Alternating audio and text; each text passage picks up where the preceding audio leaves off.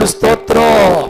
అందుకే దావీదు పలుకుతున్న నా బతుకు దినములంతా కృపాశ్రమణ వెనకాల. ఈరోజు దేవుణ్ణి నమ్ముకున్నాం, దరిద్రం నిన్ను వెంటాడుతుంది, శాపం నిన్ను వెంటాడుతుంది, కన్నీళ్ళు నిన్ను వెంటాడుతున్నాయి, రోగాలు వెంటాడుతున్నాయి. అప్పుడు ఎందుకంటే నువ్వు దేవుడు మాట అప్పుడప్పుడు పక్క తప్పించి సిద్ధాంత మాట ఆలకించేవాడుగా ఉన్నావు కనుక, అప్పుడప్పుడు జాతకాలకి వెళ్ళిపోయే వ్యక్తిగా ఉన్నావు కనుక, అప్పుడప్పుడు సిలక జోస్యంకి వెళ్ళి అయ్యా జాతకం చూడా అన్నావు కనుక దేవుడు స్తోత్రం.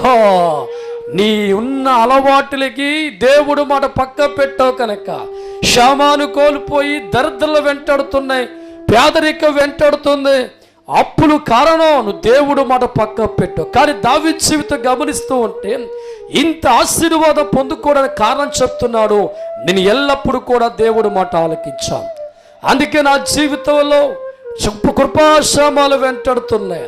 ఒకప్పుడు నా జీవితం పేదరికం ఉందని చెప్పి దావీదు చెప్తున్నాను.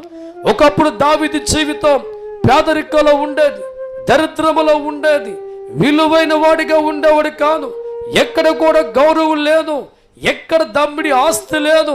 అటువంటి వాడి జీవితంలో ఇంత ఆస్తి ఎలా వచ్చింది, ఇంత ధనం ఎలా వచ్చింది, ఇంత పేరు ఎలా వచ్చింది, ఈ రాజు ఎలా మార్చబడ్డాడంటే దావీదు పలుకుతున్న మాట దేవుని హృదయంలో వచ్చిన ప్రతి మాటను కూడా ఆలకించి నెరవేర్చాడు. తప్పనకూడదు ఒక్కసారి హల్లెలూయా. అందుకే దావీదు పలుకుతున్న మాట, నా బ్రతికినంత కాలం కృపాశ్రమాలు నేను చూస్తున్నాను. నా కుటుంబం చాలా హ్యాపీగా ఉంటుంది, నా బిడ్డలు చాలా హ్యాపీగా ఉంటున్నారు. ఎక్కడికి వెళ్ళా జయమే చూస్తున్నాం, ఎక్కడికి వెళ్ళా విజయమే చూస్తున్నాం. దేశ సరిహద్దుల్లో నాకు విజయం కలుగుతుంది. నా పంటలో క్షేమం చూస్తున్నాను, పాడిలో క్షేమం చూస్తున్నాను, బిడ్డల జీవితంలో క్షేమం చూస్తున్నాను. నాకు ఎదురు వచ్చే మనగాడ లేక నేనే పై చేయకున్న కారణం నన్ను కృప వెంబడిస్తుంది, క్షేమం వెంబడిస్తుంది. కారణం దేవుడు నాకు తోడుగా ఉండడం ప్రారంభించాడు, దేవుడు నాకు అండగా ఉండడం ప్రారంభించాడు.